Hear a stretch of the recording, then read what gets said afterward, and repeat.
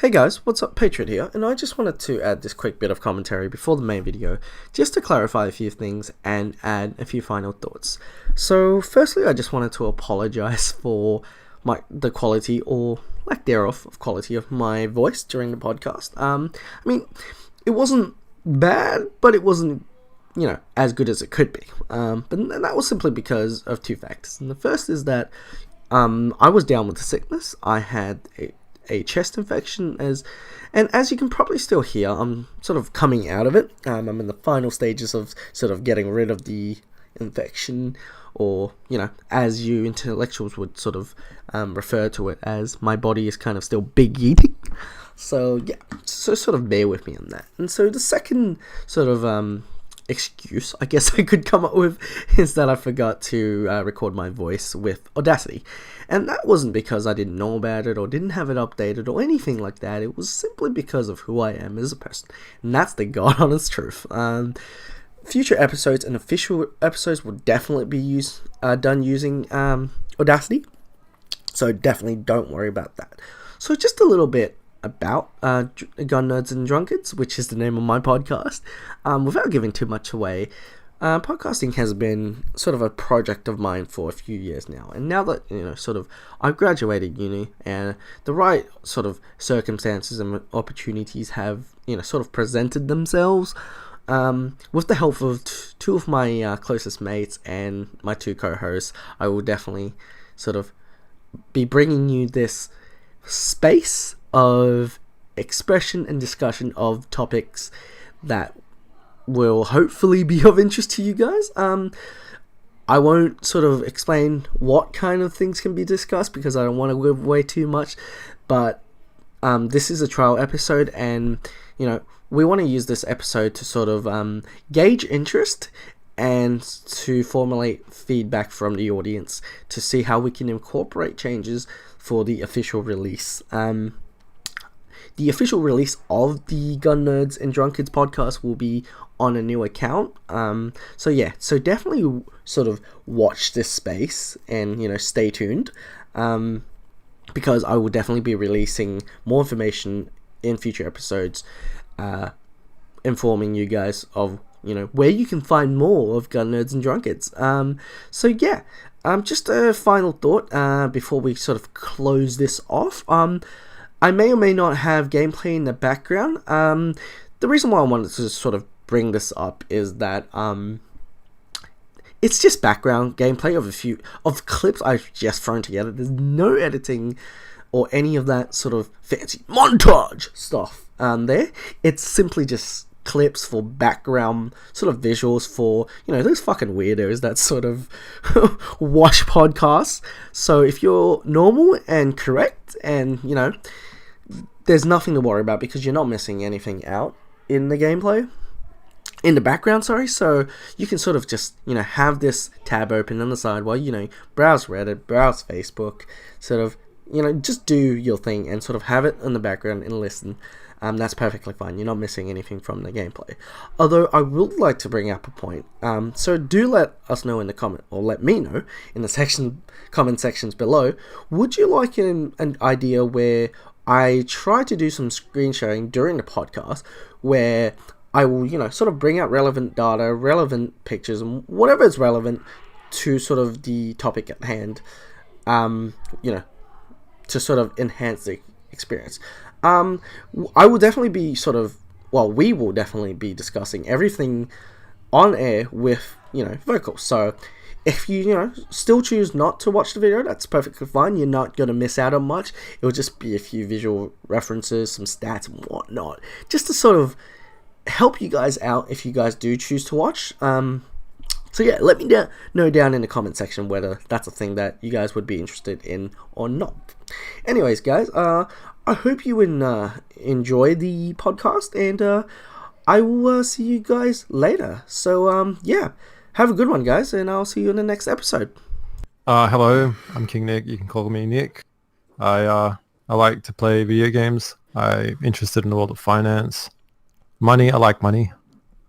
I love story games mostly, but I do enjoy multiplayer games, so I can play with friends and stuff and whatnot. mostly first-person shooters and real-time strategies, I guess. Good man. What about you, Sam? So hello, I'm Wada, as Patriot said, Sam. I would say I'm relatively new to video games. I only really started heavily getting into them when I was 16. Before that, it's mostly, everything but video games. Favorite genres, definitely love a good shooter.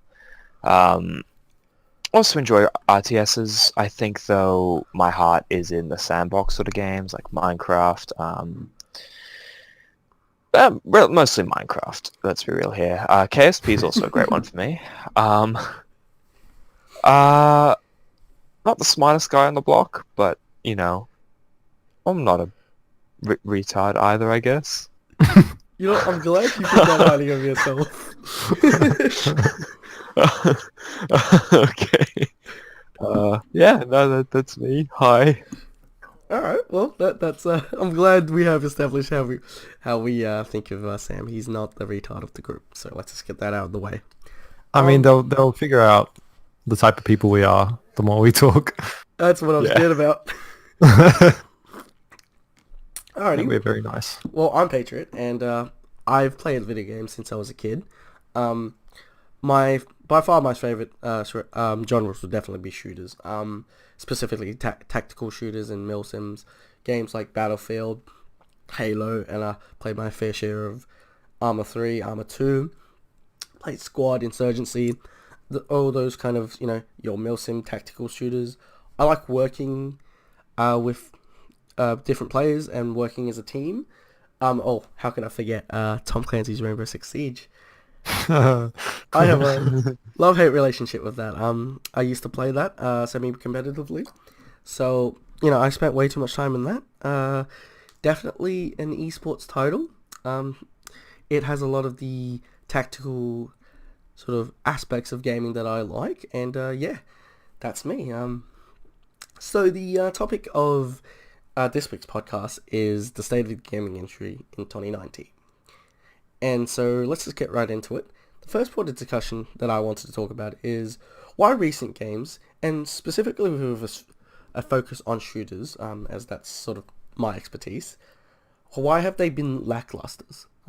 Just for a bit of context, the two biggest examples of recent shooter titles and franchises are Battlefield and Call of Duty. Battlefield arguably has not been in the greatest state since Battlefield 4, and COD hasn't since been the Black Ops series. But, that's sort of debatable, but I will bring Nick in for that, because he's the resident COD fan here. I was going to say, in your introduction, you didn't state that you played COD 4, which is like a huge, negative for your character. How about you don't do this right now?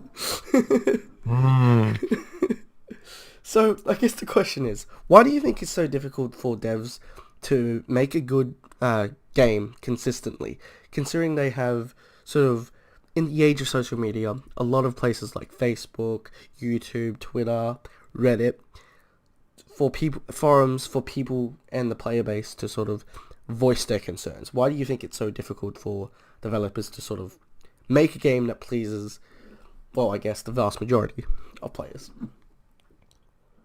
To put it bluntly, I'd say because everybody's different. You can't target everybody. You need to target a specific or multiple specific demographics that you want. Like, I'm not going to market a first-person shooter to someone who plays, I don't know, fucking Age of Empires or whatever, Sorry for the F word there. I think we're... You know what I mean, though? Yeah. Do feel free to... Like, today, they're too concerned with trying to sell to everybody that they either sell maybe slightly more, but they miss their target. Because people accidentally buy the game, if you know what I'm trying to say. Yep, so they're sort of trying to please everyone so that... and it's they try to market to kids with Fortnite, for example. They're trying to market to kids. They're trying to market to adults at the same time, and people who play shooters, people who are playing real-time strategy, and it's like, bro, just pick one or two. Right. But I mean, it's kind of hard to argue that because they're really popular and they've sold a lot.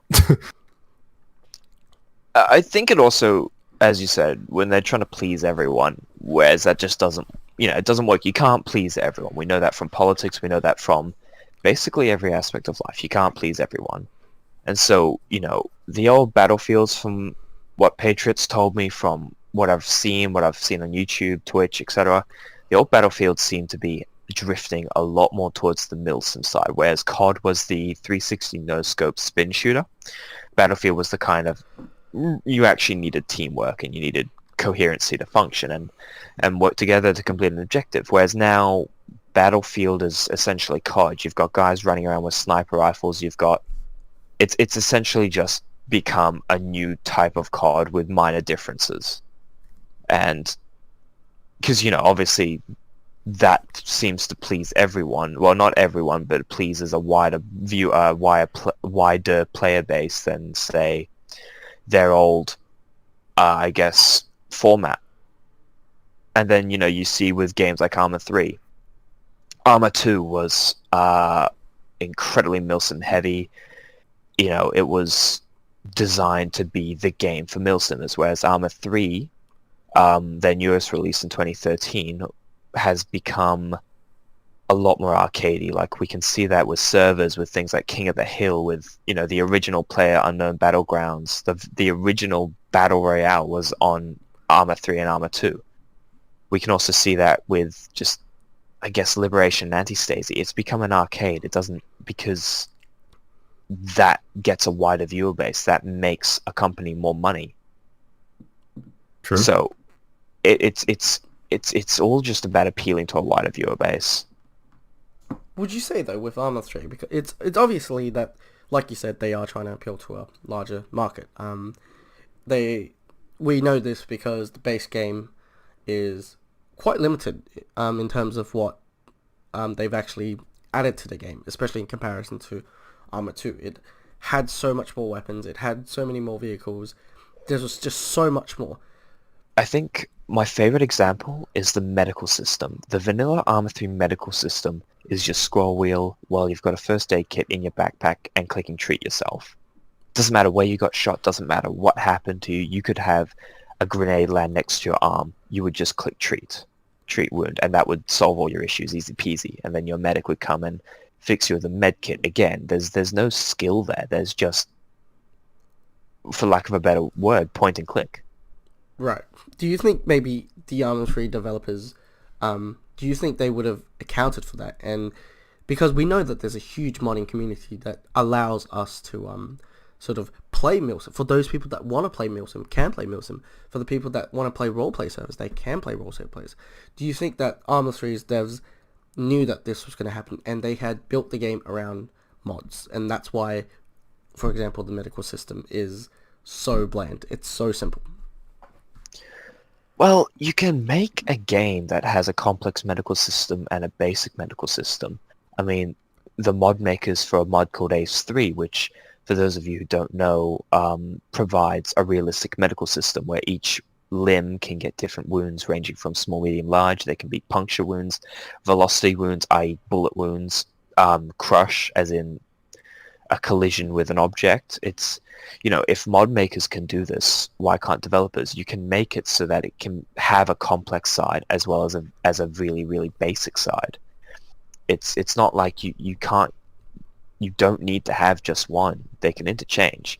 But I think if Arma 3 itself keeps relying on mod makers, I feel like that's going to backfire on them so hard, because what happens if, say, the Ace developers decide they don't want to work on it anymore? That's the only good medical mod. And they've just decided, nah, we're done. We don't want to do it anymore. We're tired. We're sick of it. Whatever reason. If these developers just decide, hey, nah, we're done. You've lost your best medical mod, and then nothing else can compare with it. And then all of a sudden, you've got an issue with all the Milsim gang groups and guys. Right. I agree with that 100%. That's a really unique perspective on that. Just to bring it back, because Milsim is obviously focused on a lot of realism. I think it's safe to assume that I think the vast majority of people don't like sort of the tactical sort of Milsim sort of games. Like, for example, Call of Duty. Maybe Nick, you can tell us a little bit more about COD and why that was popular, and why that started to decline, even though it's pretty much stayed true to its sort of, I guess, formula. It always has been sort of a fast pace, get some quick kills, that fast paced, quick action. Yeah, it has. But in saying that though, okay, well, from the beginning actually, COD was a popular game because it was fun. Like, no doubt about it, it was fun. And if you wanted to just come home, chill, and just play something with your friends, COD was the game. You jump on, you murder people, and you just run around and have fun doing it. When they started to deviate from, I don't know, it's hard to explain because I'm more of an old COD fan, like Modern Warfare 2, Black Ops, but when they started to bring in the futuristic shit, that's when I think most of the player base died because, yeah, it was fun at first with Black Ops 2 and Black Ops 3. It was futuristic and cool, but when you started bringing in fucking jetpacks and wall jumping and shit, people just like, cool, it was fun the first time, but then they made like 4 different games after that with the same what do you call it? Instruments, I guess. So the sort of the same plot line, the sort of same Yeah, like, period. and I'm pretty sure, if I'm not wrong, there was even one game where they completely got rid of the campaign. It was just a multiplayer. And we were like, what the fuck? Wow, really? Okay. Yeah, I'm pretty sure there was one. I could be wrong though. Wow. Okay. That's. I think that just brings a whole new perspective to it because Call of Duty has one of the key selling points of COD was that the campaigns were so good. They Right. had a lot of characters. Like COD 4 campaign. Oh, that too actually. COD. Another reason it was so popular is because of its campaign. The COD 4 campaign. I don't know if you guys ever played it, but I've played it like 6 times because it's so fucking cool. No, I'm not even joking. Yeah. No. Fair enough. Even when Modern Warfare 2, it was, I guess because it's somewhat realistic, it was set in the current year. And it's like in real America or whatnot. It wasn't like some futuristic space station that you could fight on or whatever. Would you say that maybe perhaps the campaigns were more appealing to us because it was in our time period? Whereas you've got the futuristic stuff, I thought about who that. can predict the future? Yeah, I thought about that. But then when I played Black Ops 2, I really enjoyed the campaign on that, even though it was somewhat futuristic, because it had a good plot and good combat. But then they kept like almost recycling the same material, adding just different names and whatnot, and it just got boring. Whereas with Modern Warfare 1, you had like one class, it wasn't very variable, you couldn't customize as much. And then Modern Warfare 2 came out and you had, instead of just one frag grenade, you had Semtex, you had throwing knives and whatnot. I don't know, they kept adding shit that was cool and different, which is, I guess, what was appealing about it. But then when they kept doing it all over again, people were looking for something else to play. Would you I can see it both ways. I can sort of see that it is. I would argue that it is less appealing, that it's sort of futuristic. For example, back to Arma 3, it was the base game is set in 2035, which is not that far into the future, but enough for where all the weapons, a lot of the armor, a lot of the vehicles were fictional and futuristic, and I think a large part of it was because of they didn't want to deal with licensing fees and whatnot. But that's fine. From a purely storytelling perspective, I feel like because it's an element of, it's almost as if it's not realistic, and that sort of puts people off. Like, for example, milsim groups, we like to play the modern era because that's what we have at the moment, and that's what we're simulating. What do you think of that, Sam? Like the biggest modern armor right now, RHS. Exactly. Which brings in basically, modern weapons from M4s to AKs to, heck, they even started to bring in some bullpups, LMGs. Basically everything that we can expect from a modern American army, they've got an RHS. Yep. And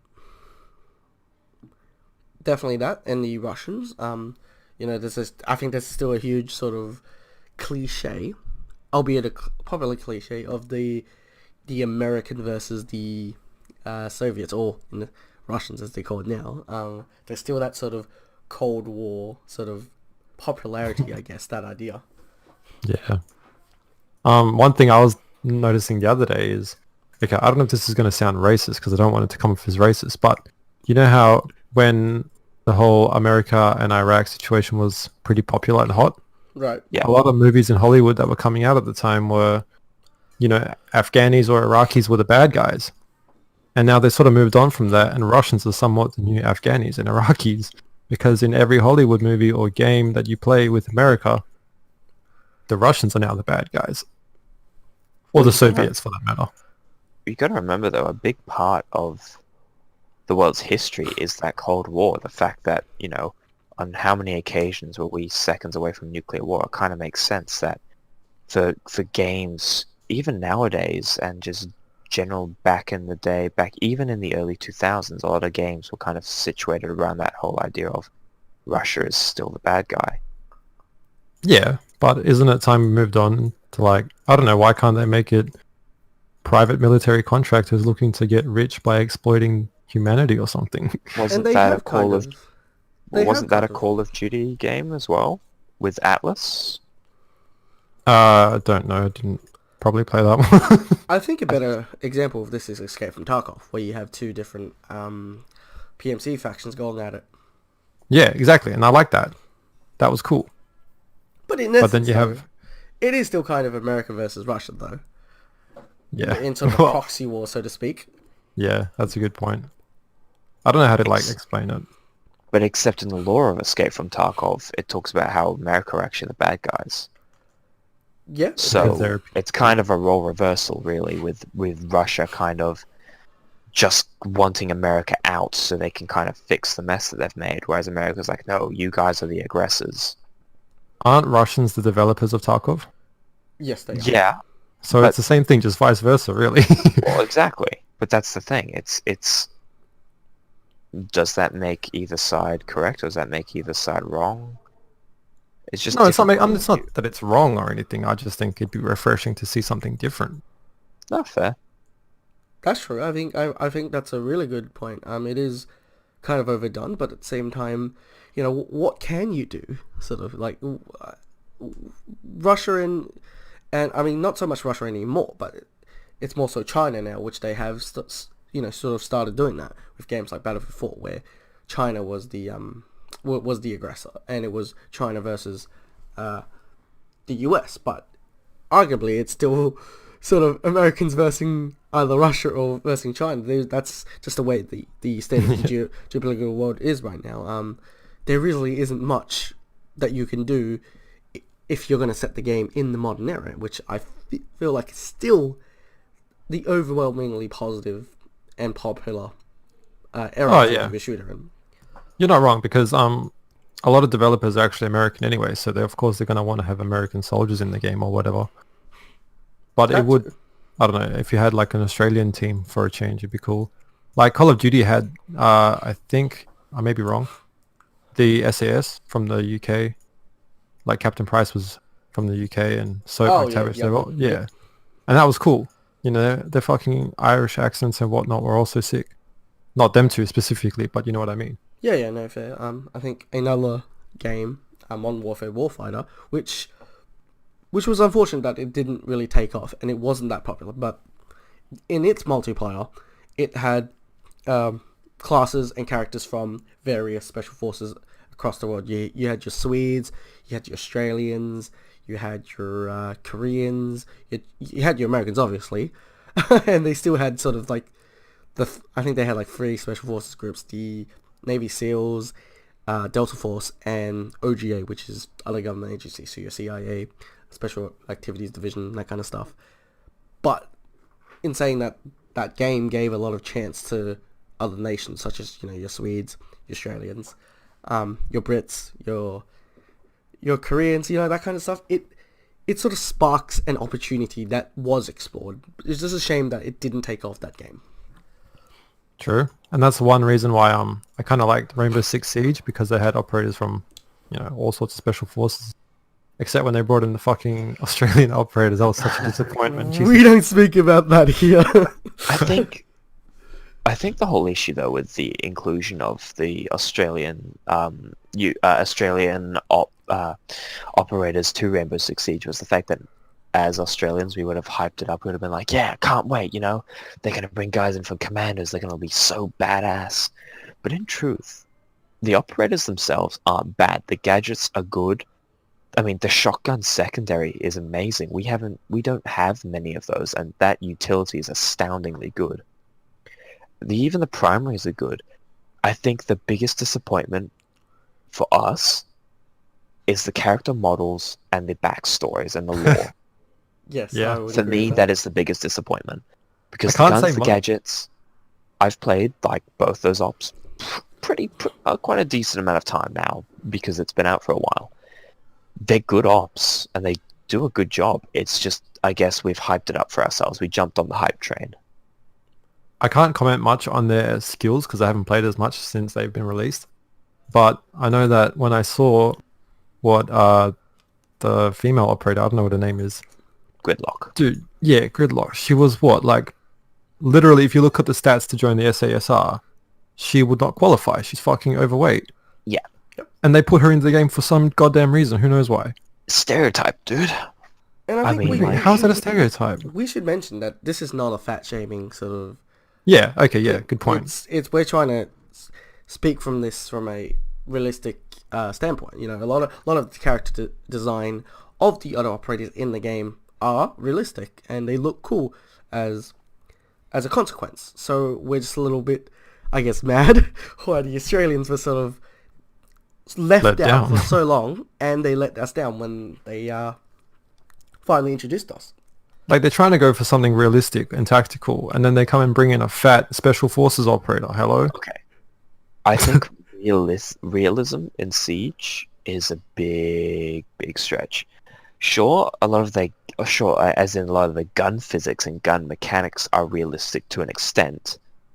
There's so much of the game that isn't. But yeah, I think the biggest thing with Australia is the stereotypes with us. Obviously, us as Australians, we don't see that as much. But for me, I've lived out of the country for 16 years. I've only been back for the past, 3 years. I can kind of see why they would model them the way they are. Like, Gridlock is a Queenslander that lives in the outback.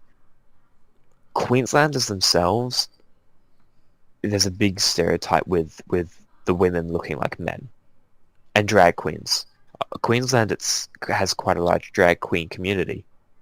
So I can see why Ubisoft, being the French-Canadian company that they are, would be like, whoa, Australia, yeah, let's just whack them with the stereotypes. You know what I Okay, mean? but, like, I'm okay even if she was a transgender or a drag queen. All of that is fine with me. But special forces have extremely demanding physical needs. Like, how... Okay, again, I'm not fat shaming, but you cannot be fat and join special forces, at least not Gridlock fat.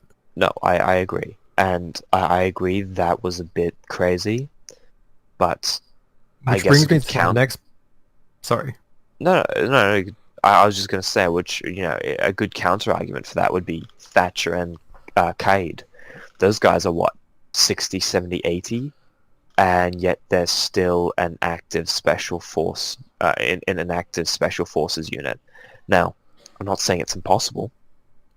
I'm just saying, you know, there is such thing as arthritis, there is such thing as cartilage wear. You know, if you've been in the special forces for a good amount of time, chances are when you get to your later stages of life, you're going to be hurting, and it's not going to be realistic to have Thatcher crouch and lean spamming around a map.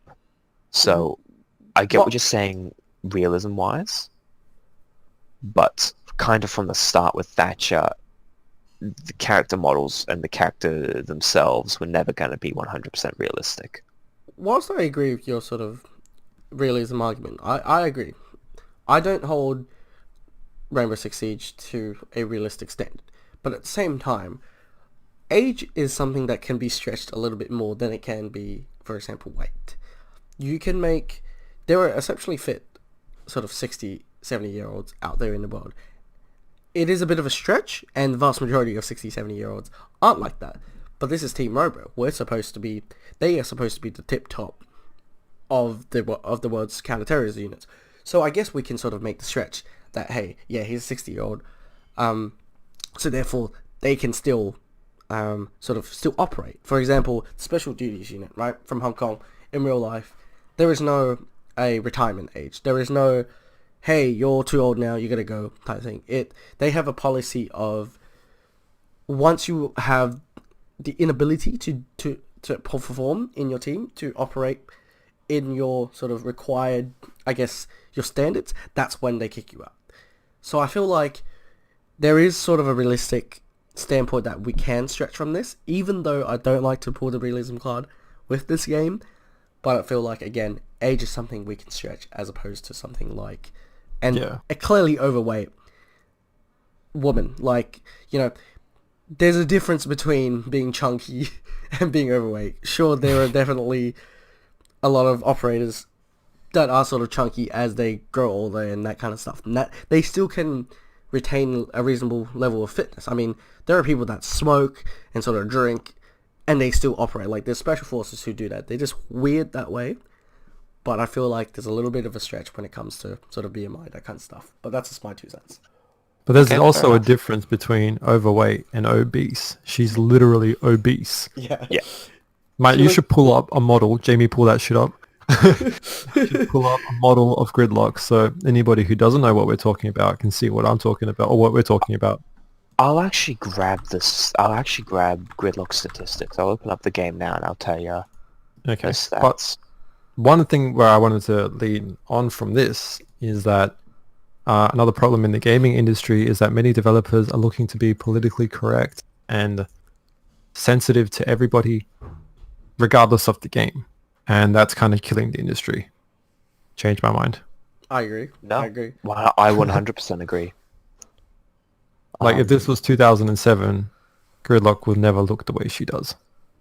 Oh, 100%, yeah. 100%. I think she looks like an Overwatch character, bro. Well, I mean, do you guys remember how much crap Overwatch got when they first released the character models? Yeah, I was just thinking about that. Tracer and Widowmaker. They got so much crap. They didn't change them, obviously, and, you know, props to them. You know, stick by your designs, regardless of, you know, the feedback. I reckon you should always stick behind your work, to an extent. But, man, the amount of crap they got thrown at them because it wasn't politically correct. Now, there's a difference between pleasing everyone. Again, this goes back to the original comment of pleasing everyone and offending people. Obviously, you don't make a character that is black and having Kool-Aid, because that's an unfair stereotype. But you can have like, you know, you can have non-politically correct body shapes in a video game, because, again, this is a video game. It's, you know, there's a difference between politically correct and offending people, like actually being racist or a bigot, if you know what I mean. Yeah, I think there is a fine line, but I feel like a lot of people sort of can tell the difference between what's, you know, obviously making fun or making light of a situation as opposed to being blatantly racist, blatantly homophobic, that kind of stuff. Like, we want to draw the line that, yeah, it's unacceptable to be racist, it's unacceptable to be homophobic, but I feel like the vast majority of people can sort of tell the difference between what is okay and what's not. And I feel like it's the minority that's sort of making a fuss, and the developers are responding to it, which is the shit part, you know? Yeah, definitely. It's really irritating. I don't know, maybe it's just me, but like with Call of Duty and shit, nobody, and I'm pretty sure nobody who actively played the game and played it to have fun cared about character models as much as they do nowadays. Like, okay, that came out wrong. I don't know how to explain this properly, so just someone fill in for me while I figure out my thoughts. Well, yeah, I think the point you're trying to make is insane. As much as I agree with you, there's a little bit difference between Call of Duty characters, like the character models in multiplayer, as opposed to a game like, for example, Overwatch or Siege, where the characters are actually, you know, characters. They are personalities with backstories, with character designs the way they dress, the way they do things is all sort of symbolic of their character design. So I feel like it's a little bit more difficult to sort of say, hey, what is acceptable, what isn't, because there's an element of now you're putting a personality to the model. But it also depends on the type of game, because games like, also another one like Borderlands 2 or Borderlands 1, you have fat characters running around gunslinging, but nobody cares because it's obviously a cartoon game. Same with Overwatch. It's obviously a fake game. Nobody looks at it as realistic. Agreed. At any point. Agreed. And going on that body dysmorphia, I've actually linked the picture of the BMI calculator. Her height and her weight is pulled directly from the game. So this is the latest version of the game of Rainbow Six Siege from her bio. She is literally she is in the obese zone, 32.6. I am 27. I am kind of smack bang in the middle of healthy. I used to be around 29, 30, so that's kind of mid overweight. She is obese. See, the difference with that is you are overweight, and there's a big difference between overweight and obese. Well, and you are not SASR. Well, yeah, the best part is I think the BMI limit is, what, 29, 28? Yeah, something like that. Yeah. I think 30 is the sort of, hey, Big Eat, there's a bit of an issue here, but even with that, she's 4 points. Even with BMI, it's a bit of a bad estimator because it depends on case to case. Yeah. Sure. But this is not a case to case. But I mean, 100%. Are you going to try and convince me that Gridlock is made of muscle? Because that's not muscle. She's big bone, guys. She's big bones. Again, we're not fat shaming. This is just a legit concern. We are not, we are enthusiasts of the military. I literally want to join SOA, the Special Operations Engineering Regiment. Patriot wants to join. I believe you still want to join SASR. We want to join these special forces units, and then they're just making a mockery of it with this crap. I think it's not even that. I mean, it's not even so much that we're passionate about it. Yeah, we're passionate about it, but at the same time, even to a average Joe, like, can you honestly expect the average Joe to sort of say, hey, hello, this is a Special Forces operator and she's in the obese section. That's not how this works, yeah? Everybody who looked at the character model, whether they were military enthusiasts, casual gamers, or first-time players, were laughing at that character model. Yeah, that's 100% And true. we still are. We're still going, oh, she's just huge. I mean, the reason they probably call it a gridlock is because every time she steps out of the car, she blocks an entire lane of the highway. Jesus Christ. Nice little fat joke there for some solid demonetization. Banned for toxicity right there, bro. But you can see what I mean. Nobody realistically sees that and is like, okay, yeah, that makes sense. No, it doesn't. I think that's definitely a huge level of truth to that. Okay. Again, it all comes back down to political correctness. Oh yes, 100%. I mean, Inclusiveness. 100%. I mean, games that are supposed to be fun are sort of being taken advantage of by these softies, which we're going to call them. That's a nice word that is acceptable that we can use on this podcast radio. That's offensive. Good. Well, the thing is, though, why do video games have to be politically correct? That's true. It's a figure of someone's imagination. A guy in his basement was like, hey, it'd be cool? A really, really nice destructible map, which will require intense strat making. With specialized operators, each with their own gadgets and abilities. Why does it need to be politically correct? Why does it need to include everyone? I'm all for having different operators from different parts of the country, having different, each one of them sort of bringing a different gadget to the field. But why do we have to make games inclusive? Yeah, I was going to say, a lot of people play games because they try to somewhat escape the real world. It's not really escaping, but it's something you can play to take your mind off shit that's going on in your real life. Like when I jump on Siege or RuneScape or Minecraft, doesn't matter what I'm playing, I play it so I can distract myself and have fun. I don't need to be coming in this game and getting bombarded with bullshit political correctness that I'm trying to escape from on social media in real life. It's like almost inevitable. Yeah, and by the way, just to make this 100% clear, I am not against, if a gay operator came around, I wouldn't be against that. Whatever, that's realistic, because that works. You can be gay and in a special forces unit. You can't be obese and in a special forces unit. Agreed. There's obviously, you can have certain things within it, so long as they make sense and they're in conjunction with the general theme, which is Rainbow Six, a spec ops unit dedicated to taking down the bad guys, essentially. Mass terrorist cells. Purely physical attributes. Yeah. I think, there's definitely a huge sort of a point to be taken out of that. So, for example, a game like Overwatch, where it's a lot more, even though there's a competitive aspect to it, like the characters are supposed to be fun and creative. Like, just look at the characters that they have on hold, like, for example, Widowmaker, who's literally supposed to be an assassin, but she's, dressed scandalously. She's, she's blue. I believe she's supposed to be an alien. I don't play Overwatch, so I'm not, 100% Also, sure. no, she's not an alien. The reason she's blue is because she essentially has no heartbeat, which makes her such a good assassin. Right. Is because she has no heartbeat, she can take incredibly accurate shots without having to worry about her breathing. So that's why she's blue, because she doesn't have enough oxygen going through her blood because her heart doesn't beat. Right. So that's kind of why she's blue.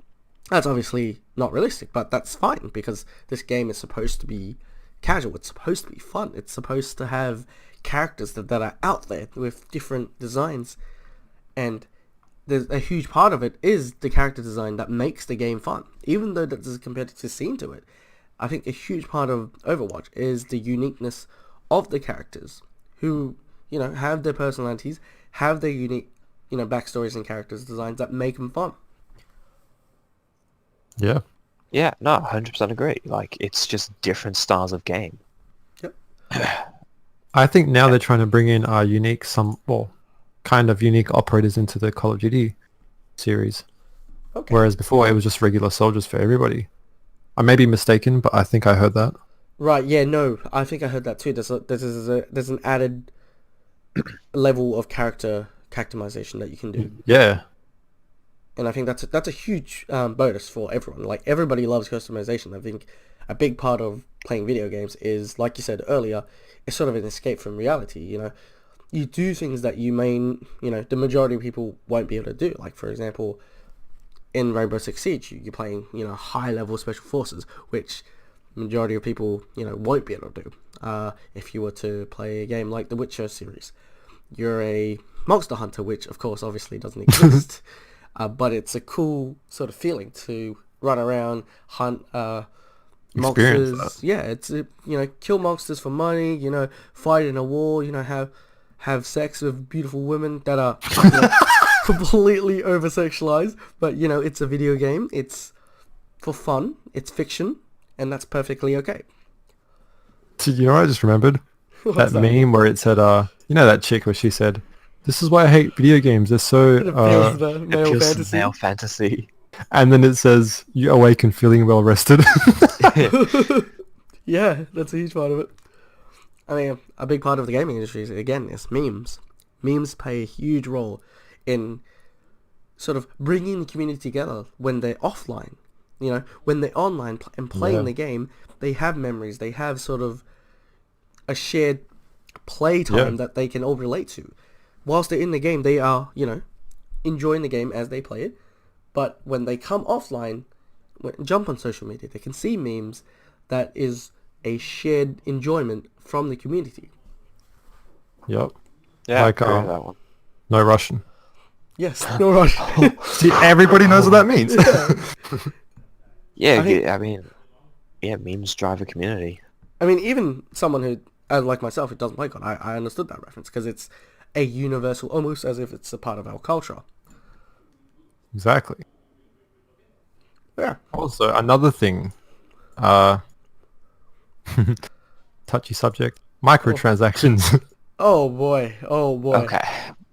Well, look, I I think I dislike microtransactions hugely.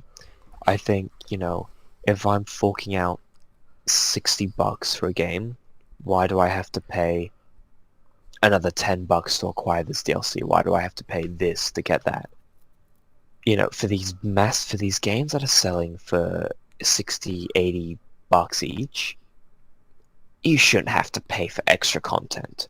I feel like the only place, and as well, yeah, it's like overpowered stuff as well. I know there's this one game, um, Hearthstone. Hearthstone is pay to win. If you're not putting in money, you can't get good cards, and if you can't get good cards, you have no chance of being good. You have no chance of, I guess, going anywhere with that game. I feel like, yeah, if you're going to have microtransactions, they need to be they can't give the player any benefit. They need to be purely cosmetic, or they need to be for DLC items, but they can't be overpowered. They can't ruin the game for other people. And two, not in games that, like, if the game is free to play, like for example, Apex Legends is free to play, but if you want to buy skins that cost money, that's great. That's a good system because the game was free to begin with. You know what I mean? Like you've got to. You can't have a $60 game and assume that these guys are just going to fork out an extra $10 every time you want to sell them a DLC or a new gun. Yeah, no, I agree with that. I agree with that. Yeah. What do you think of a system like sort of Sieges, where you buy a season pass, and that sort of gives you quicker access to the new content? For those of you that may not know how Siege works, is it works by seasons. So every season, which is about 3 to 4 months, depending, give or take, you know, sometimes there's technical issues that may delay or postpone the actual release of the season, or sometimes, you know, you may have a slow season and it may come a bit quicker, but benchmark is about 3 to 4 months, and each season brings along 2 new operators and a new map. And these the maps are free for everyone. You will have access to that regardless of whether you get the season pass or not. If you get the season pass, however, you get the 2 operators for free, and I think it's a 7-day early access to them, so you can sort of, you know, get playtime, sort of learn how they fit into the meta that 7 days before everyone else. How much that actually makes in difference in the long run is up for debate, but you know, you get that 7-day sort of I guess benefit, if you want to call it that, and that's the only way that there is DLC and microtransactions in the game. I just wanted to add that those 7 days that you get them before anybody else doesn't apply for ranked. It's only for casual, so it's not an important 7 days somewhat. Yeah. Like, it's not game breaking. Well, if I'm really honest, I think Rainbow Six Siege has one of the best microtransaction systems ever.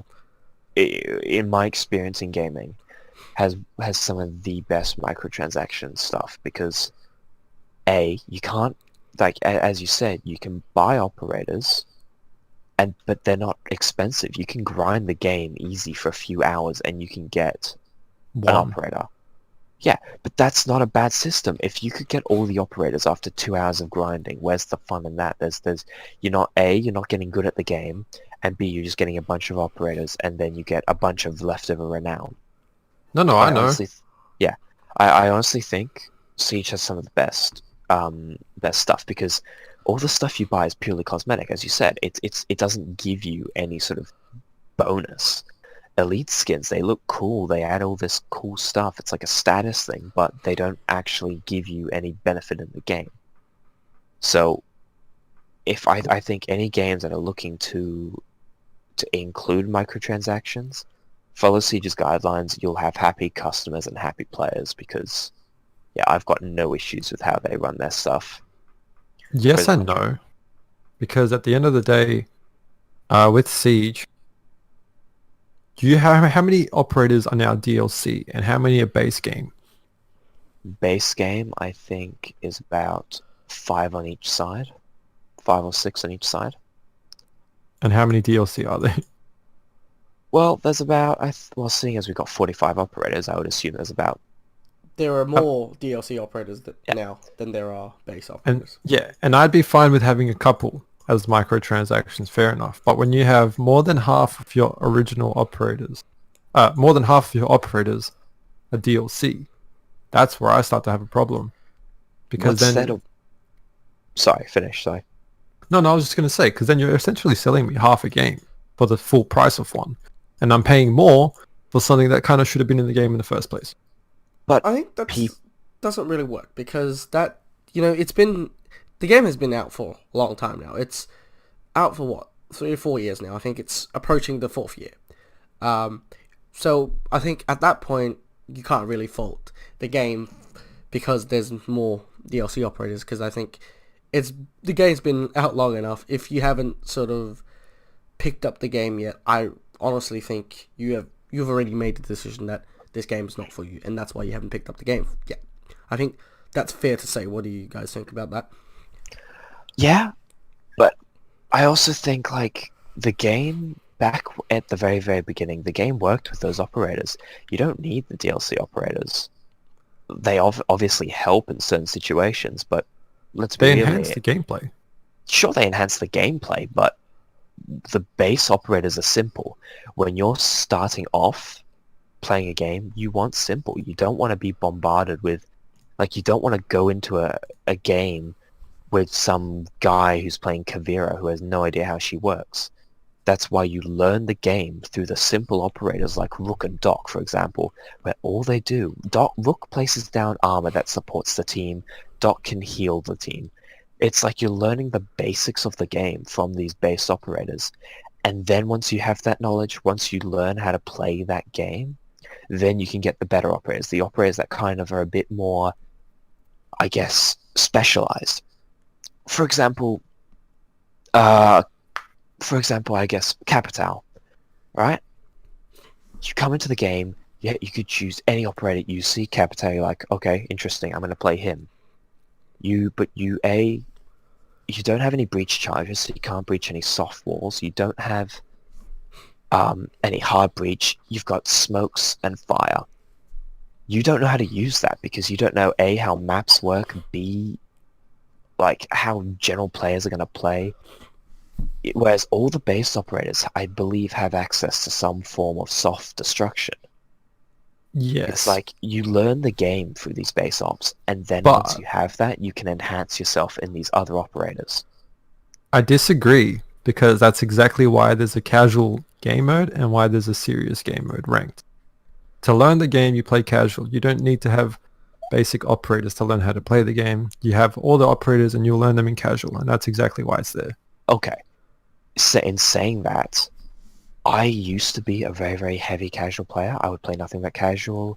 It was fun. I've learnt more in the game in the past 2 months where I've played nothing but ranked than I have in the past 2 years of playing casual. I'm going to argue that you can't actually learn Siege through casual. No. We're talking about gameplay mechanics. You're talking about how to fire bolts and where to use them and the maps and whatnot. You're talking Yeah. about strats that would apply to an esports scene, which I would argue that the game is built upon a competitive / esports scene. I think that's how it has been built from the ground up to be a competitive shooter. But I mean, in the same sense, Nick, that casual's the place to learn operators. Well, no, not really, because players don't play the same in casual as they do in ranked. In ranked, it's a lot more holding angles. In casual, it's a lot more bum rushing. Like, how are you supposed to learn that people like to sit behind half wall in casual in the map border in Armory?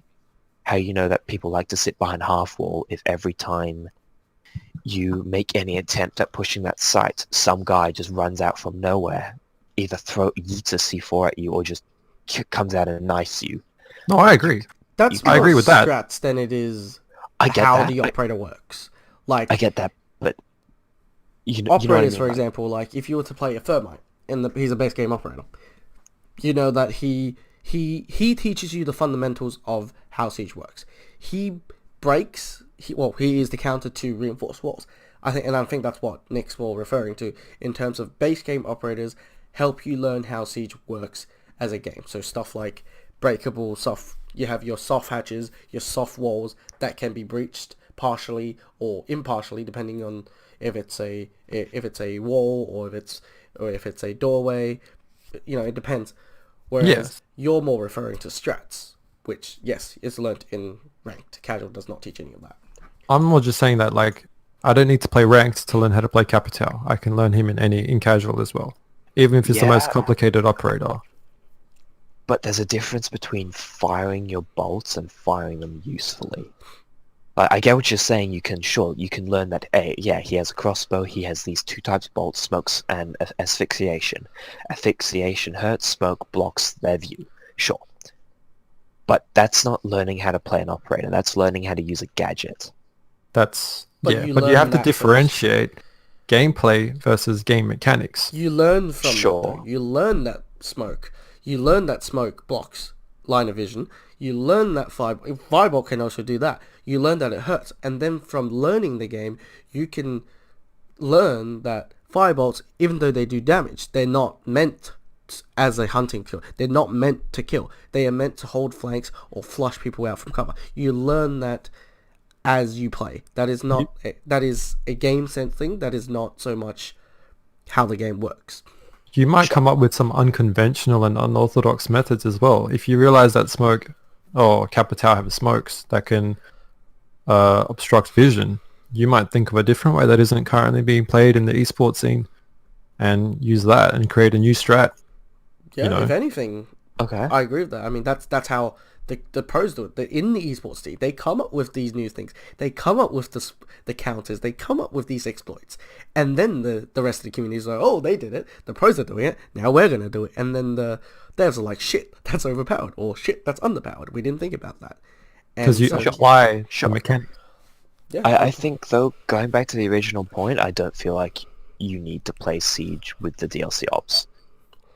Like, Rick, can you see what I mean, though? in the Competitively, sense- absolutely.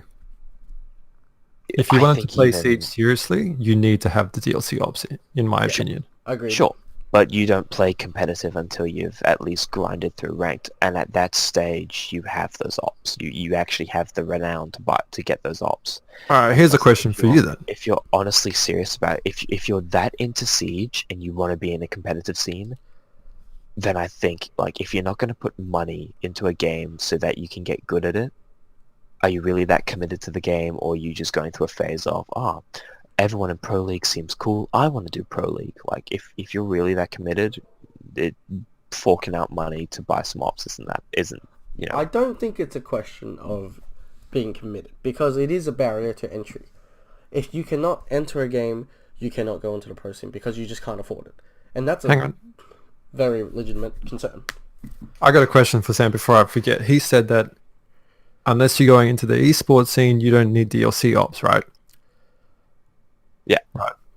So, how do you feel when you're playing ranked solo queuing and you you team up with someone who doesn't have any DLC ops, he only has the base ops? You don't get frustrated at that?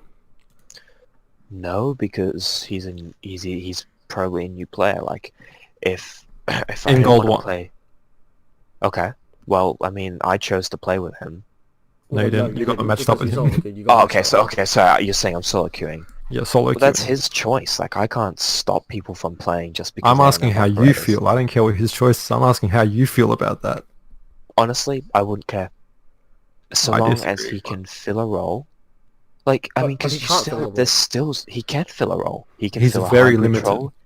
Sure, but he can still fill roles. He can fill a hard breacher role. He can fill Thatcher. There's still choices. There's still very, very powerful choices in those base ops. I wouldn't have an issue with that. But it limits he- who you can play at the same time. Well, yeah, but typically I play pretty much anyone anyway. Like, Yeah, but, I it mean- doesn't bother me. I'm not gonna, like, for example, if he's a really good Ash main and I'm a really good Ash main and he takes Ash and I can't play Ash, then I'm screwed. But I don't really main one op. I kind of just, I can play pretty much anyone either on attack or defense. It doesn't really limit my options. But just to clarify, If anything, you're not really trying to go you don't really want to play competitive. You're just playing for fun. not. I don't think I'm gonna delve into the competitive scene for a good while. And like I did before, but I don't think I'll do it again for a good while. but definitely in ranked, even if I'm tryharding, I wouldn't care. Like, Don't take this the wrong way. I'm not personally attacking you or anything. no, no, I'm no, no, just no, no, no, saying dude. I like the question. It's making me think, but I honestly, like, my opinion doesn't change. because I wouldn't anybody who's care. actively trying to climb in ranked will get frustrated because if someone can only play Ash or Thermite, then that means that you have to play some sort of support with a DLC operator, you know. Sure, You don't but have to, but it limits your choices. Beyond that, sure, if you lost a but match because he couldn't fill a role, it does affect you because I need a scenario for that though, because I feel like that's too broad of a question. I mean, that could mean so many things. well, for Like, example, you guys have a strat or semi-strat because you guys are solo queuing, so you won't ever have 100% strats. But let's just say you do have a strat. You have 4 of the required operators. The one operator is, he doesn't have access to for whatever reason. It's a very difficult, situation to sort of have a very specific. no, example. fair. But let's just say he didn't have that operator, and you Here's a good couldn't one. execute your strat. Well, Here's a good if, one. Let's say you need to hard honestly, breach 2 different places. There's only one hard breach base operator, if I'm not mistaken. That's Thermite. Mm-hmm. That means that someone else automatically has to play Hibana. Yeah. And if you don't have the Hibana, then you're at a disadvantage. There are certain maps where a lot of times, a lot of strats depend on 2 hard breaches. Sure. So are we assuming that everyone but me in the team? So I'm the only one in the team with DLC ops. Is that what we're assuming here? Doesn't matter. Okay, yeah. For the sake whatever of reason, argument. you Okay, are so missing. Okay. Well, either one of the other guys who has DLCs in my team would have to pick up the slack, or like I'd have to pick up the slack. Regardless, I still don't think I'd be pissed off. Okay, Just typically because if the strat can't include the whole team, it's probably not going to be work because you're going to have one guy running off anyway. I think you just got to alter the strat then. It doesn't work not because he's running off, because you don't have the op. Let's just say you only have Thermite, but you need at least Thermite and Maverick or Thermite and Hibana. Let's just say you only have Thermite. Okay. You lost that map because you didn't have the second hard breach. It's not your fault because you have all the operators. But regardless of whether it's your fault or your teammate's fault, if you lose that map and you eventually lose that game, you lose elo. The game doesn't look at you and be like, oh, Sure. Sam has all the operators, he's gonna not lose elo. That's what we're trying to get. Sure. But I guess my counterpoint to that is if you lose a game and it's still not your fault, you're still going to lose elo. The point is I can't control what other people are going to have, and therefore how can I get mad at them just because they either can't afford the money, so they can't afford to buy the DLC ops, or they just, they're not that invested in the game. How can I be mad at that? Because this goes back to where we were saying why are more than half of the operators DLC. So we're going back to the DLC policy is basically what we're questioning. Yeah. I mean, this is why I disagree with having so many DLC No, operators. fair. It changes the Fair, game crazily, Well, yeah, significantly. No, I get that. They do definitely add a different aspect to the game, but I think if you're really committed to playing the game, then buying the DLC ops is an issue. And, as Patreon originally said, if at this point in the game's life, you're not already playing, you've already decided that you don't want to touch this game, or for whatever reasons, you just don't want to play this game. And at that stage, sure, we get new bros here and there, and yeah, they have to grind through to get these ops, and definitely being at the base game isn't always fun, but I still think, especially with the new bros playlist that they've set up, where everyone below level 50 can play on this new playlist in both ranked and casual, I don't think It took them too long to come out with that. Yeah. Sure, but now that they have that, Nobody's playing anymore. That kind of puts everyone at a similar playing field. Therefore, But the game's dying now.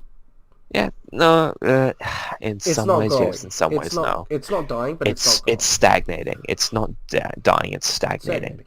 Okay, well, here's a question. Do you think because I think we can all agree that Siege is supposed it's been built from the ground up to be a competitive esports title.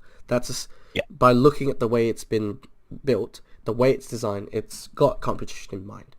Now, knowing that, do you think it's a little bit easier for a competitive game like Siege to have a DLC policy like the one it has, as opposed to, say, for example, a Call of Duty or a Battlefield where they're not competitive. They are just there for casual arcade shooters where you just jump in, you know, sure, Battlefield has elements of teamwork and definitely, especially the older titles, actually a huge proportion of teamwork, but ultimately they are still a lot of casual games. Do you think that those ultimately casual games have to have a different DLC policy than, say, a competitive game like Siege? Like, would a competitive game's DLC policy, like Siege's, for example, work for Battlefield or a COD?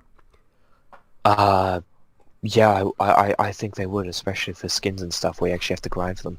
The problem with Battlefield, I think, is that brings us into the whole EA argument, and EA itself Oh boy. is Oh just boy. it's a whole other shitstorm. I think I definitely think a DLC policy like the one in Siege could work in Battlefield. I mean, because in the end, you've got to grind for guns. Instead of grinding for operators, you're grinding for guns, you're grinding for skins. I don't see an issue with that at all. Right. I'm I not. think because Sorry. you're not... It, if you do it right, obviously they can still... I think the only tweak I would make is they can't buy guns. They've got to either grind up so that each gun unlocks at a different level. Quick So correction like, there. if you're For level 15, then you can Battlefield, buy... you can buy shortcuts, which unlocks all the guns. I'm not sure about COD, but for Okay. Battlefield, you can buy shortcut bundles. No, I disagree with that. I think, like, if you're going to have, like, for a game like Battlefield, you've got to have it so that if you are this level, you've unlocked this gun. And therefore, in matchmaking, it can queue you with people of similar level, basically putting it at an even playing field. I think the vast majority I, of people don't buy Battlefield shortcut packs anyways, because the way that Battlefield works is there's a lot of grindiness to unlocking the weapons and their attachments, and that's part of the fun. That's part of the reason why people come back. Like, one of the biggest examples is, for example, assignments. Assignments are a way for you to unlock a DLC gun, for example. Um, you've been assigned a task, and you would have to go out there and complete it. This can be anything from, get 10 kills with certain guns, or get 10 headshots, or repair 10 vehicles, or heal 10 teammates, and you unlock it. So there is that element of grindiness that makes you come back and replay the game. There's a reason for you to come back. see, What I is it think that's... like with COD? Nick, you might want to fill us in with that. I'll let Sam finish. He wanted to say something. Sorry, I was just saying, I agree with that. What I don't like is the ability to have shortcuts to make it so that there is no point to play the game. Like, there's got to be a reason to play the game. If you start adding shortcuts, then, you're just going to skip straight to the end. It's like, instead of, climbing the mountain and reaping the rewards at the top, you've just taken an elevator up, and there's been no hard work. Therefore, it doesn't feel like a reward. It just feels like the next step. I agree. Okay. Yep. Let me just start by saying that I'm not against DLC or microtransactions for the most part. I love DLC unless it's to the point where it significantly changes the game. That's when I start to dislike it. Microtransactions I'm okay with because I understand, especially if it's cosmetic and nobody gives a fuck really. Like, if you want it looks cool, you can buy it. Cool, yeah, whatever. The one thing I really liked, and I'm going to take for example Call of Duty 4 here. You got camos for your guns based on headshots. So if you got, I think it was 25 headshots, you unlocked the first woodland camo, which was pretty garbage. No one liked it. And then it would go like woodland, digital, blue tiger, red tiger, whatnot ever. And when you saw someone running around with a red tiger camo, that like actually meant something. That meant that he was proficient and he mastered that weapon. he had like over 250 headshots with that gun. So, you know, he's been using it for a while now. And skins actually meant something. And I really liked that because it gave you something to grind for. And also where you had to get 150 kills to unlock a holographic sight or whatnot. It added, like you said, that grinds to the game to unlock attachments and camos for weapons that you love to use.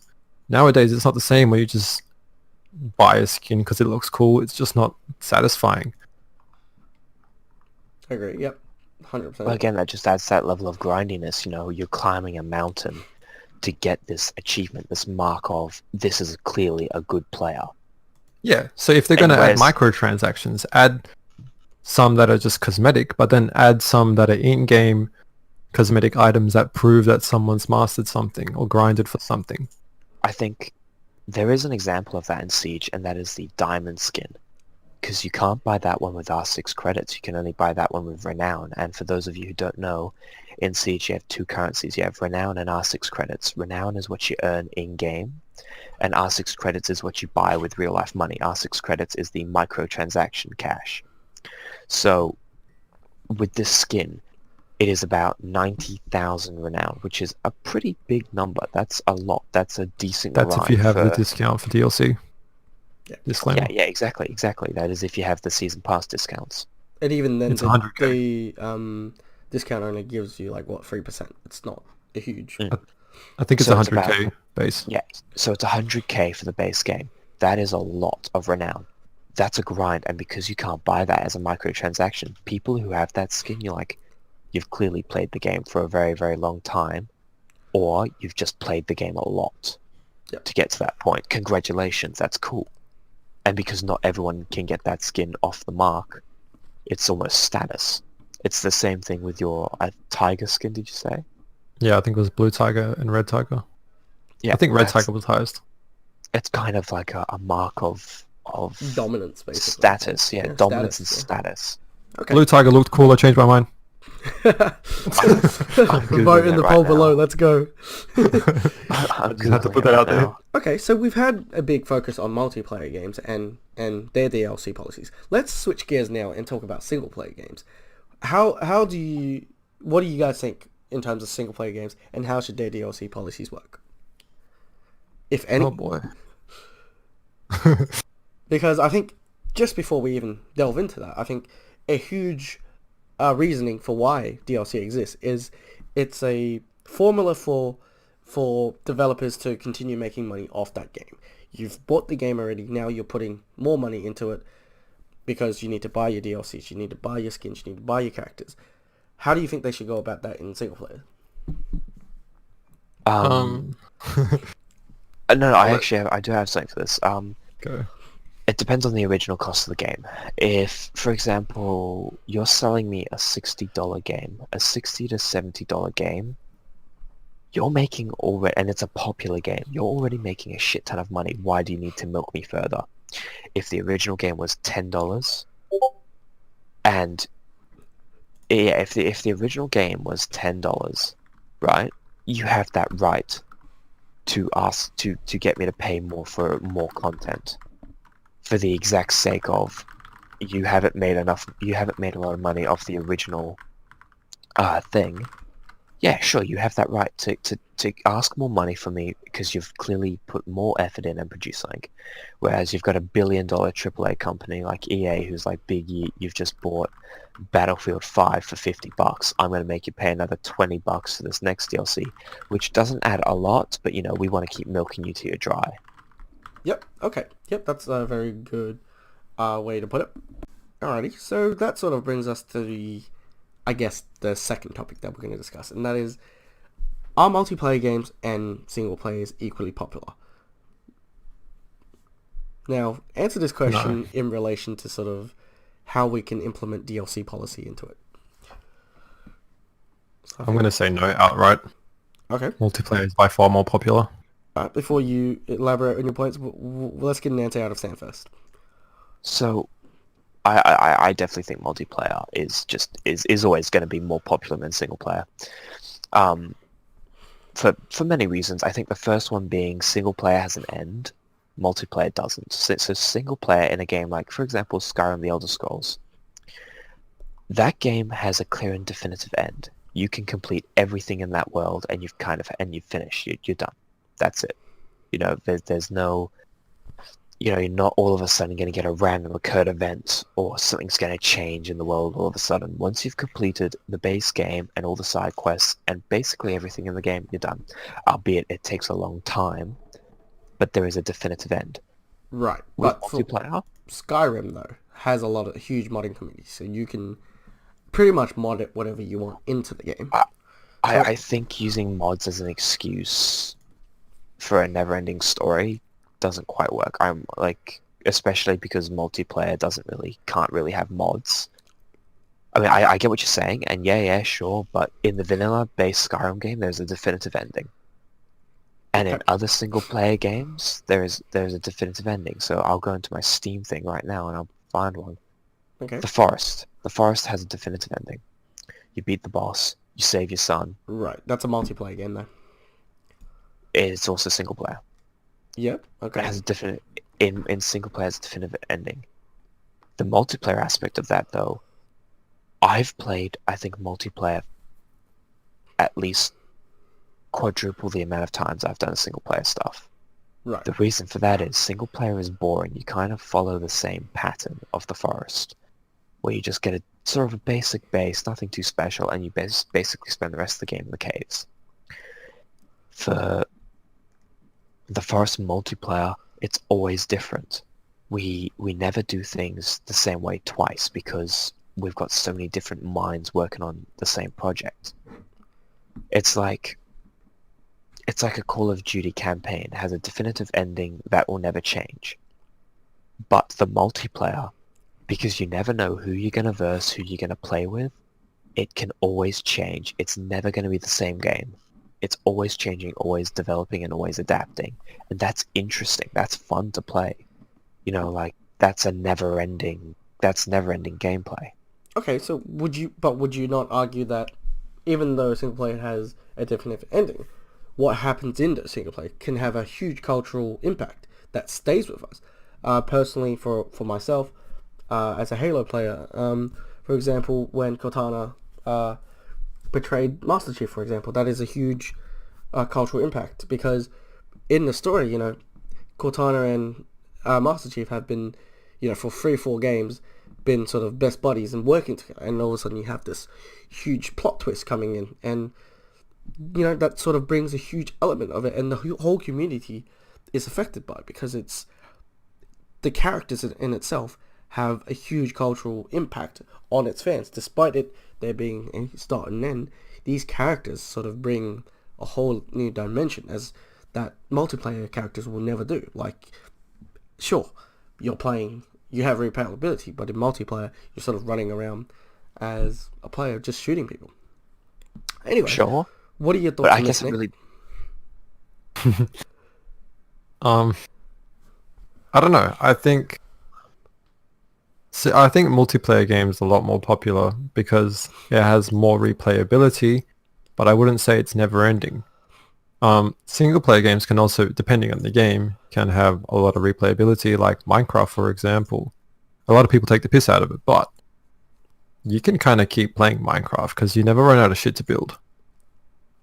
Although you can come to a point where you mine diamonds and you have full diamond armor and whatnot, and you're like, okay, what do I do now? But if you're the type of person to build stuff, you'll never get bored. The Forest is kind of similar in the sense that you can always expand your base or build it differently, even if you're playing single player. Even though you may have finished the story. Whereas story games like COD, you play the story and that's kind of it. That you can't go back. They might have some post-mission additions that you can play, like mini games and whatnot, but for the most part, that's it. Right. I think in terms of your statement on Minecraft, I actually agree with it in single player.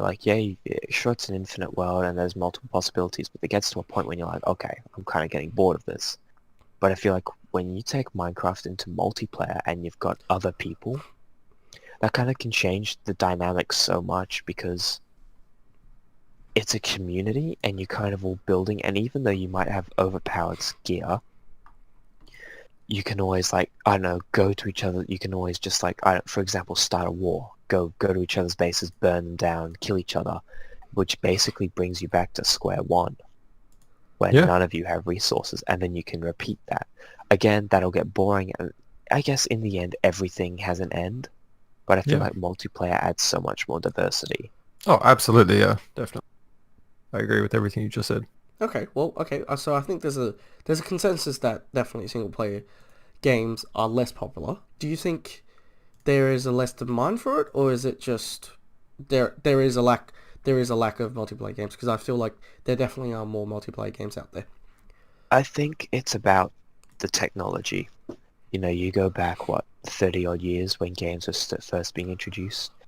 Online actually wasn't possible. It was a single player market because that was the only thing that could work. You didn't have online games. You maybe had co-ops where two guys could play the same game. But the technology at the time didn't allow for the ability to do those online things. It's only really at the beginning of, for example, the early Battlefield days, COD days, the very, very early Quake days, when servers started being introduced and you could actually have these online communities. That's when really online started to take over, and now I think we're at the stage where we have online games with the stories of single player games, if that makes sense. Yep. I can definitely see that.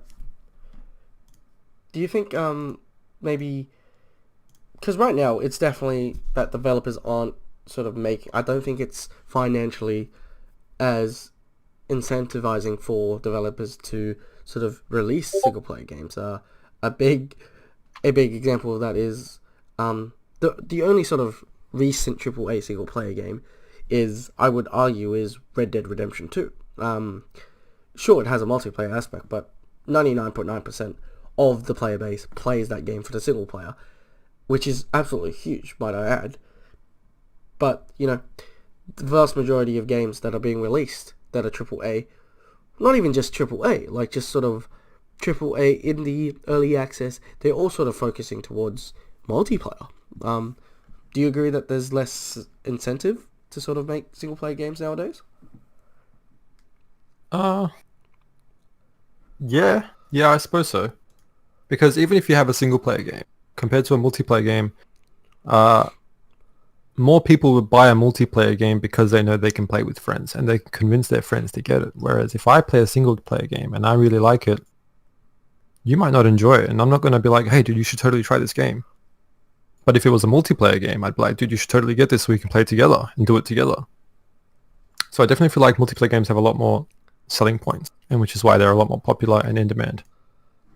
But it depends on the person. For example, me personally, I love story games, which is why I loved Bioshock Infinite, Fallout 4, The Witcher series. Even though I haven't finished The Witcher 3, don't bash me yet.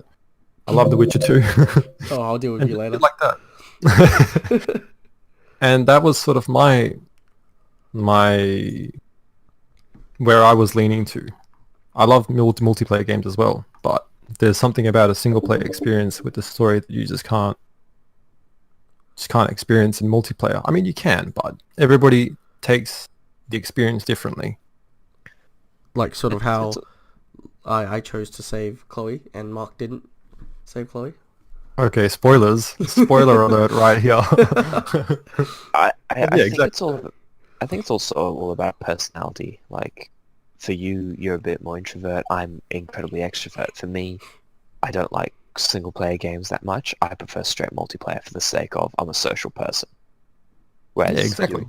you're less so, and therefore you like just sitting in a quiet room by yourself playing awesome story games. It's not so about being by myself. It's more so that I like stories. A good story, yeah. It's like picking up a book. Like a good book with a good story is really satisfying. Even though you're by yourself and it's just words. Yeah. A good book, and then, you know. Something like when someone else plays that same story or reads that same book, you can talk about it together and share your experience with it. I don't know. It's just something about it that you can't get from multiplayer. Multiplayer is fun because you get to mess around, but you don't take anything home from it, really. I think a huge part of that is the sort of cultural and social impact that characters can have on the community. Like, again, I'm going to bring it back to Halo. Life Because, is or we you could gonna do say like, Life is no, we're Strange? going to get hurt if we're talking about Life is Strange. But, you know, these characters, you know, when they do certain actions in the stories, you can have a discussion with it of your friends. Like, do you agree with this move? Do you agree with what he did? Was it morally, ethically right? And you can start off a whole can of worms of discussions of the game and of the character and the lore. I'm a huge lore person, so I love single players for that reason, because they create just a huge universe of lore. An example of that again is the Witcher series. There's a huge lore from that. Of course, that was based on books, so it's kind of cheating that it is sort of drawing from a source material, but in the sense that the story that has been created by CD Projekt Key, which are the developers of the game, adds just a whole new level of sort of appreciation for the game, because you can sort of explore the backstory, you can talk about the lore, the characters, and you have a deeper understanding of it, and you can have chats with that with friends. Whereas I feel like a lot of multiplayer games are cool as shit. Like, for example, you know, back to Battlefield and COD, where you run around, you could like do a cool kill streak where you know, sort of jump into a room, you flashbang it, you shoot 5 guys. You know, it's cool as shit, but it's almost as if it's a very unique experience that is unique to you. There's just that level of, I just ran into the room, killed 5 guys, and that's it. Yeah, no, I mean, fair. I definitely agree with that. But I also think multiplayer can really bring communities together. I mean, heck, only reason I'm fucking friends with you guys is because we met in Arma 3 and Siege. True. And through those games. That's true. That's a very... As harsh as it sounds, that's the only reason you and I know each other. So I think, like... Yeah, I don't think it's again, harsh. it just goes back to personality. No, again, it just goes back to personality, though. Like... Yeah. That's why I like when sorry, keep going. No. I'm finished. You go, dude. I just wanted to say that's why I like when you find a game that has single player and co-op. It's pretty rare to find one that has both a good co-op and a good single player. But it's possible. Yeah. Oh, it's very... What are some examples of that, do you reckon? Oh boy. I think Halo comes to mind when that... Yeah, agreed. Halo 3, 2 and 3. Yep. Oh, I loved ODST, so that always... Reach as well. Oof, yeah, yep. Halo definitely... Let me look through my Steam library while you guys do that. Okay, it might be a bit controversial, but... I love controversy here. Oh, go on. Titanfall 2. So, the game itself just had a shit release, and that's like the only thing it had against it was a shit release. The story was fucking beautiful. You know, you got mentally attached to a fucking mech. Hello? So, like, you got emotionally attached to a mech. That's cool. The story is amazing. It's intricate. It felt great. For a game that's... For Titanfall, which its first installation didn't have a campaign, it was just straight multiplayer. The second one's campaign was astoundingly good. The multiplayer was also amazing. It was just so, I guess, skill-based. The only thing Titanfall had against it was the player base wasn't there because of the release time and many other factors. I think also because the fact that Titanfall 1 didn't have a really good reception, and a lot of the player base sort of looked at it and were like, okay, well, I have no reason to check out the second one. But I'm telling you now, the second Titanfall on launch was incredibly fun. And I think that one had a really good balance between single player and multiplayer.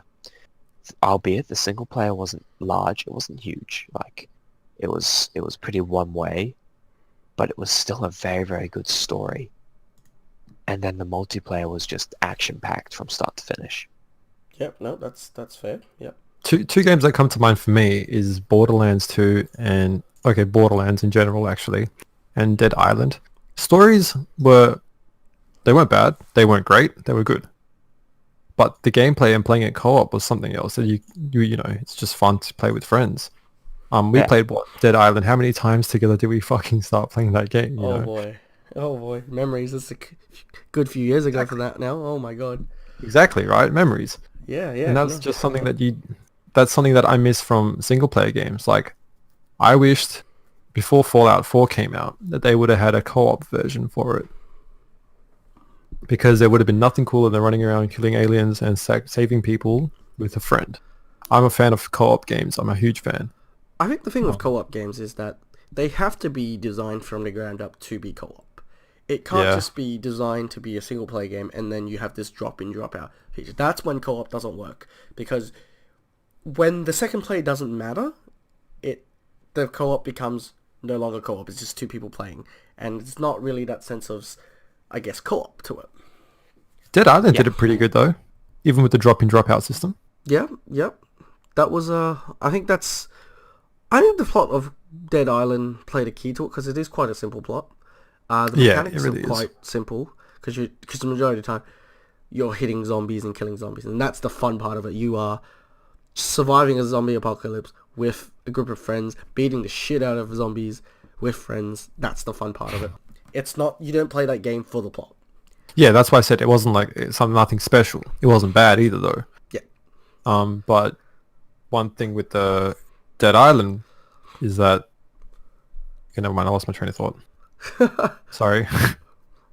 All right, what are your thoughts on that, Sam? Yeah, no, look, I think drop in and drop out systems, they're great for casual gameplay, but I agree with you. It makes makes player 2 not really count for anything. It's kind of a bit like, oh, yeah, there's just two guys playing. I liked with I Dead th- Island that the players were always there, even if it wasn't a real person, Yeah. which kind I of, I guess, added to the simulation.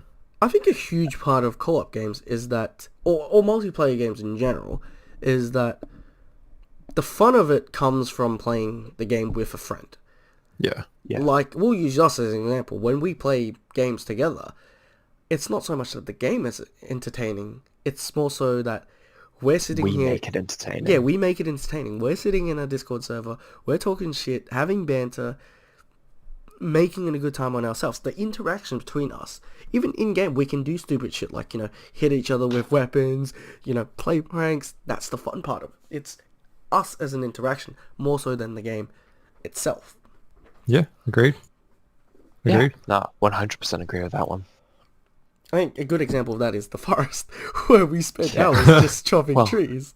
Well, literally, yeah, we would chop trees and then we'd just like fuck around, and that was fun because, like, we made literally cutting deforestation fun. Deforestation simulator. Literally Yeah, though. that's essentially what it is. But we made that interesting. All we were doing is hitting a tree, and yet we were still laughing our asses off. That's I true. mean, I was looking back at some old The Forest footage I had. We had so much fun in that game. Not so much that because the game was interesting at every twist and turn, but just because the interaction between us is just fun on Yeah. the whole. Agreed. I mean, I think obviously the element of there has to be an element of the game that is good, that is fun. It has to be. It can't be a terrible game, but I think again back to the point that we are the entertainment. In multiplayer, usually I'd say that's the case. Actually, almost pretty much every single case. Yeah, that's pretty much it.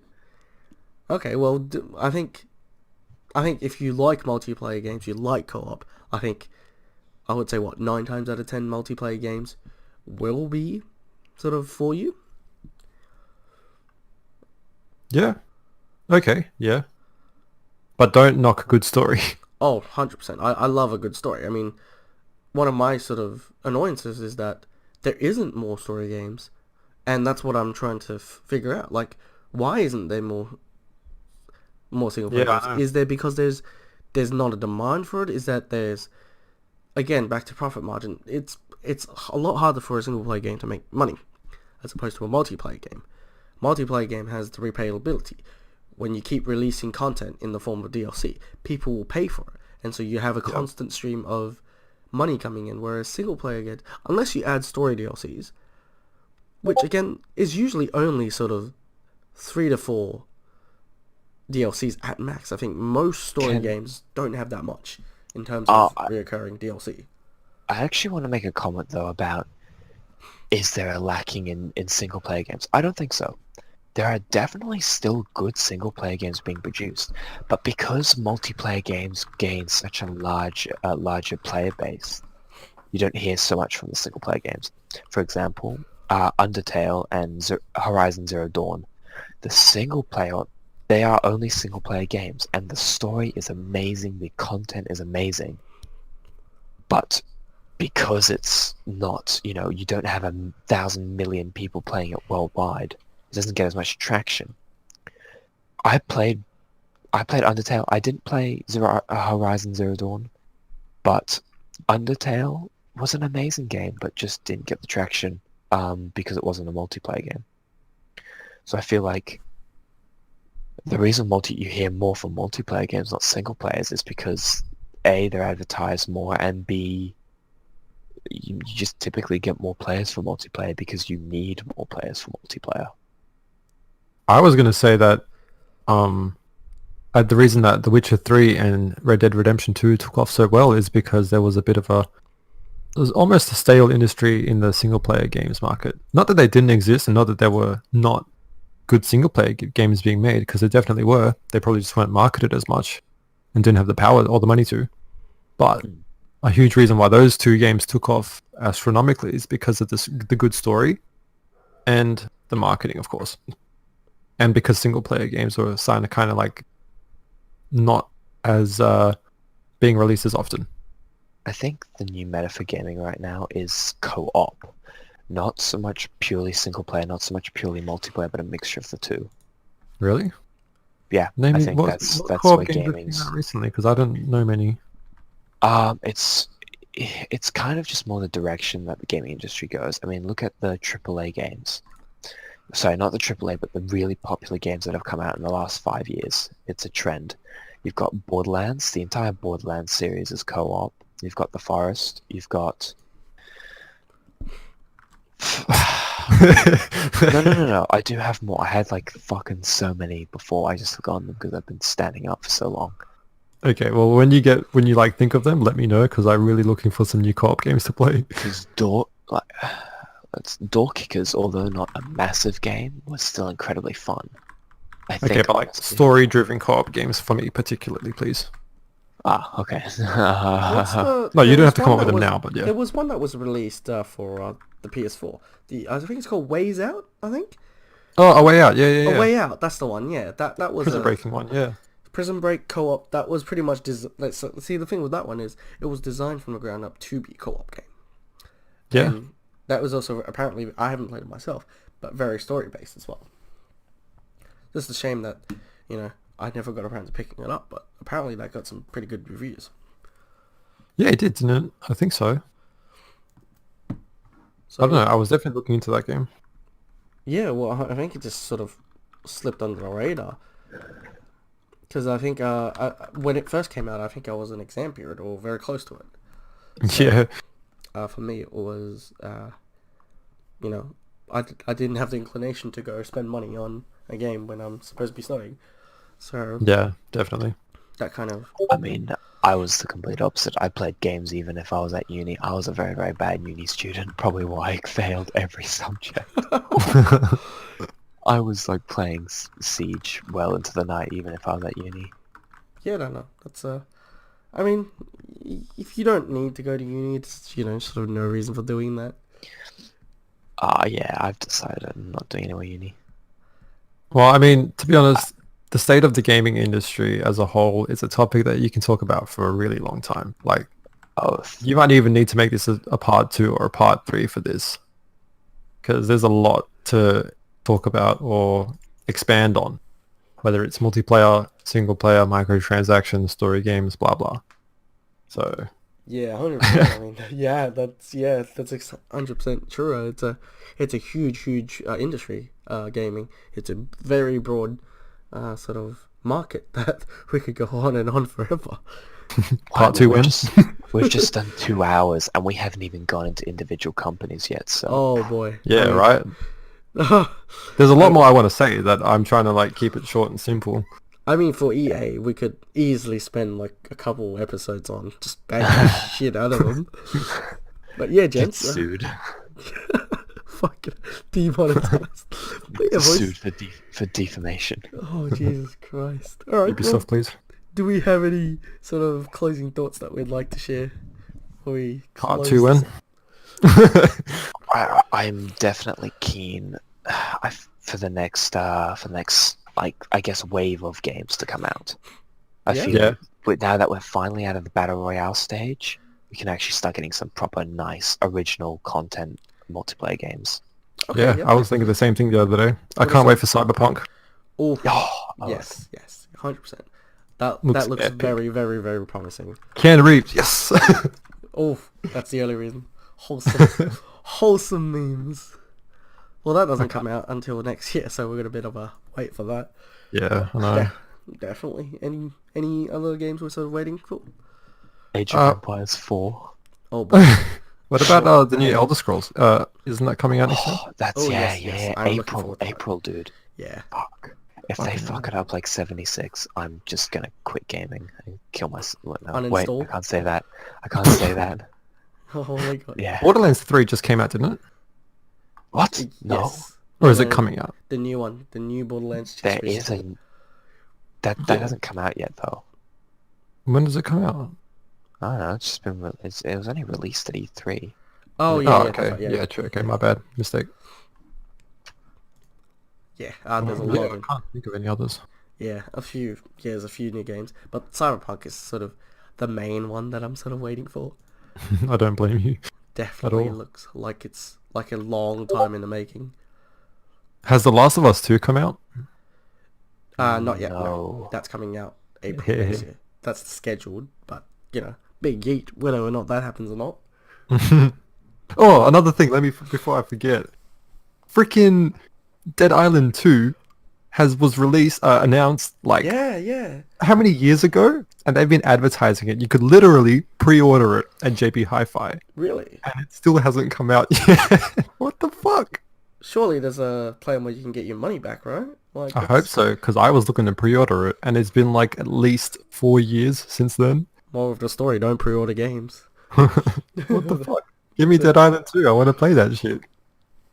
That's yeah. I was definitely looking for that. I mean, the first one was there was one between the first. There was another one, but that didn't really have. I think it was called Riptide. Dead Island 2 Riptide. Yeah, we played that. Yeah, we finished Yeah, but that was definitely not as good as the first one, and I feel like that left much to be desired, which is why that. Yeah. Dead Island 2. I don't know why they call it Dead Island 2 because it's obviously the third game. Yeah. I mean- Apparently it's whole new characters and everything too, which is, I Yeah. don't know. They even made a trailer for it and everything, and it still hasn't come out. Come Yeah, on. wasn't it like really HD too? Yeah. Like them running on the beach, like wow. Yeah. Yeah. Oh, dude, It's apparently still being worked on. is it? Why the fuck would they announce it so early then? According to an IGN article, it's the original company making it went bankrupt, and it was bought by the Little Big Planet 3 developers. Oh. That's it. No, So I don't know. that- Little Big that Planet was cool. is fucking cool, but a whole different game. Fair. Yeah, I mean that's a whole new discussion for another time, though. Oh my god. Yeah, true. Yeah. Any closing thoughts from you, Sam? No, I've already said my closing thoughts about how I'm pretty keen for games this year, especially with a lot of old, very, very old series making an appearance again, Cyberpunk, Elder Scrolls. I'm fucking keen. Yeah. So the new sort of direction is to sort of focus more on sort of old titles and revitalizing them and bringing them back into spotlight. Which I'm Yeah. definitely 100% for, because I mean, who doesn't like a good story from the past? Blast from the past, so to speak. Yeah. So just said fun thoughts. Yeah, boys. That's I think the state of the gaming industry nowadays is to just go in a new direction. They're trying new things because they have new engines and they're more trying to go back to the past, combining the technology that it has now and bringing the stories from the past and combining them. And I feel like that's a really good direction that they're going, to be honest. Yeah, definitely. I can't wait for the new wave. Yeah. Okay, well, guys, we're approaching the end of the first episode of Gun Nerds and Drunkards. If you enjoyed this podcast, leave us a like and leave some comments below, and let's create some more discussions. KINGNIK, where can we find you on social media? You can find me on Instagram, Twitter, SoundCloud, RuneScape, Steam, everywhere really. I'm pretty out there. Yeah. You get a YouTube account too, so that'll be linked Oh, in yeah, the description box below. I love how I forgot that one of all of them. I fucking put RuneScape in, but not YouTube. Okay. That sounds like a KINGNIK thing to do, to be honest. I was not Fair surprised. I'll take that. Okay, well, big old Sam here doesn't really do any content creation, but Nah, not really. I just speak a lot. that's that is an important job, and that's why we have you here, Sam. You are here because you speak a lot. Alright, guys, Yeah. well, my Let social us media, know. my Sorry. links will be down below. Yeah, go on. Sorry, no, I just wanted to say, if there is any way that you think we can improve this podcast, please let us know. Constructive criticism, always appreciated. Yeah. More fat jokes. Fair enough. We're gonna close. Where can you this- reach Patriot on social media? Oh, you can find me on this Plug YouTube yourself. account, of course. You can find me on Instagram, which I will link below. And you can find me not on RuneScape. Self-plug. Alrighty, guys. Cheers for hanging out, and we'll see you in the next episode. Thanks, guys, and thank you, Patriot. Bye, guys. Yeet.